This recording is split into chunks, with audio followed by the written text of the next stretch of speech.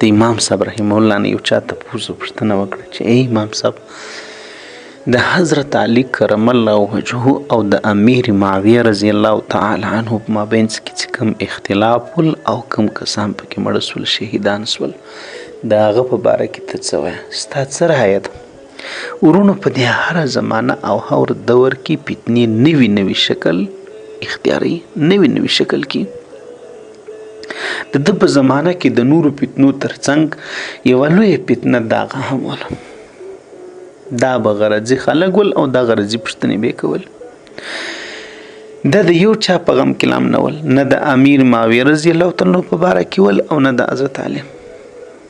د دې زړه د مسلمانانو په مابین کې په اختلاف په شقاق په بدبختیا دغه ځای کمو د مبارک ورته وویل د ده دا جواب ډیر نا اشنا دی په موږ ته کې د هغه خلکو لپاره چې هغه په عباسیاتو مبتلا وي دور ټول وروره ما چې کله رب په خپل حضور کې ودرې نو زما سل په سل کې دا یقین او باور او اطمینان دی چې لمانه به د دغه خلکو په باره کې پوښتنه نه کوي نه به د هغو د اختلافاتو نه د هغو په مابینځ کې کوم څوک وفات سوي دي شهیدان سوي دي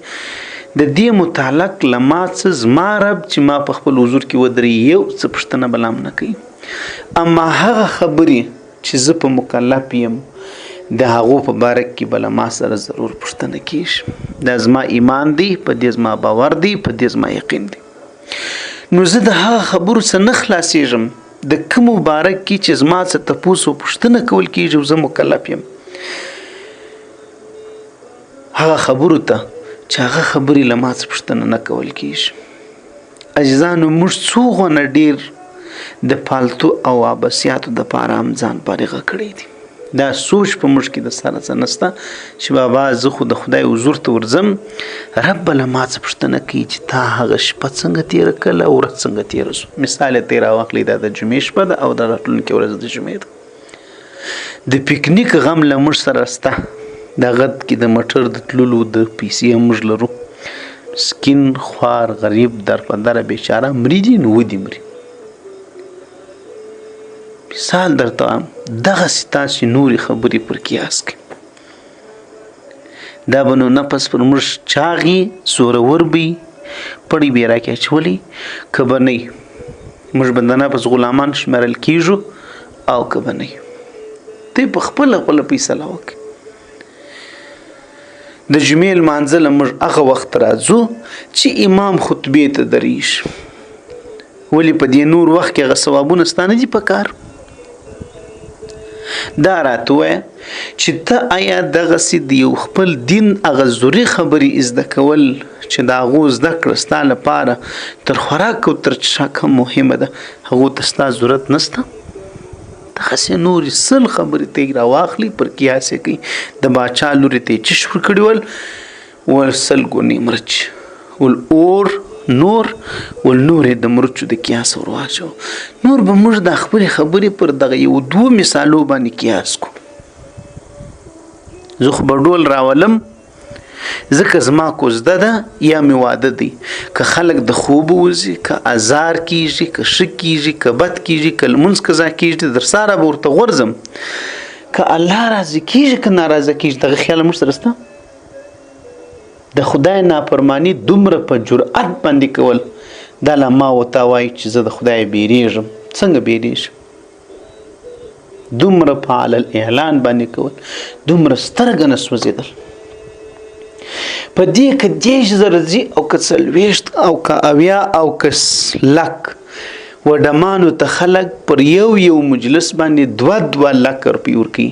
د ملا تنخوا په ماجد کې 15,000 نه واخله تر 10,000 روپۍ پورې ده دا زما او ستا هغه پیشوا دی دا زما او ستا هغه مقتدا دی دا زما دا بچا نه لري دا کور نه لري دا خپل اولادونه نه لري د دې زړه ته یو شي ته نه غواړي دا د کاڼي دی دا د ډبرې دی دا یخ ګرمي مریضي جوړ ناجوړ روغ رنځور دوست دشمن دا هیڅ هم نه لري مثال ته راواخله